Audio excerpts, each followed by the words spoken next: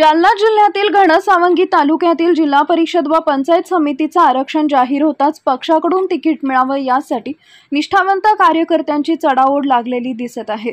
घनसावंगी तालुक्यातील गुरुपिंपरी गटाची जागा जिल्हा परिषद सर्वसाधारण पुरुष उमेदवारासाठी आरक्षित आहे।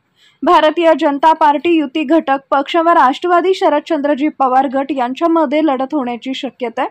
माजी आमदार लोकप्रिय भाजपा लोकनेते विलासबापू खरात, घनसावंगी अंबड तालुका भाजपा युवा नेतृत्व विश्वजित दादा खरात यांचे निकटवर्तीय समर्थक शिवाजी पवार पाटील बोलेगाव हे भारतीय जनता पार्टीकडून जिल्हा परिषद गटाची निवडणूक लढवायस इच्छुक आहेत। मागील 4 दशकांपासून माजी आमदार लोकप्रिय भाजपा लोकनेते विलासबापू खरात यांच्यासोबत सामाजिक, राजकीय, शैक्षणिक, सामाजिक बांधिलकी म्हणून शिवाजी पवार पाटील हे काम करताना दिसत आहेत।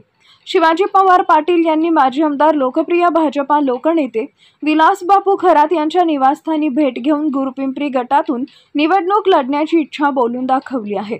त्यामुळे शिवाजी पवार गटातील यांचा गुरुपिंपरी जिल्हा परिषद गटातून नक्कीच भारतीय जनता पक्षातर्फे विचार केला जाईल असं राजकीय वर्तुळात बोललं जात आहे। शिवाजी पवार पाटील यांचा गुरुपिंपरी सर्कलमध्ये चाहता वर्ग जास्त आहे। शिवाजी पवार पाटील यांनी सर्कलमध्ये लोकांच्या गाठीभेटी घेणं सुरू केलंय। लोकसमुदायांचा मोठा प्रतिसाद त्यांना मिळतोय।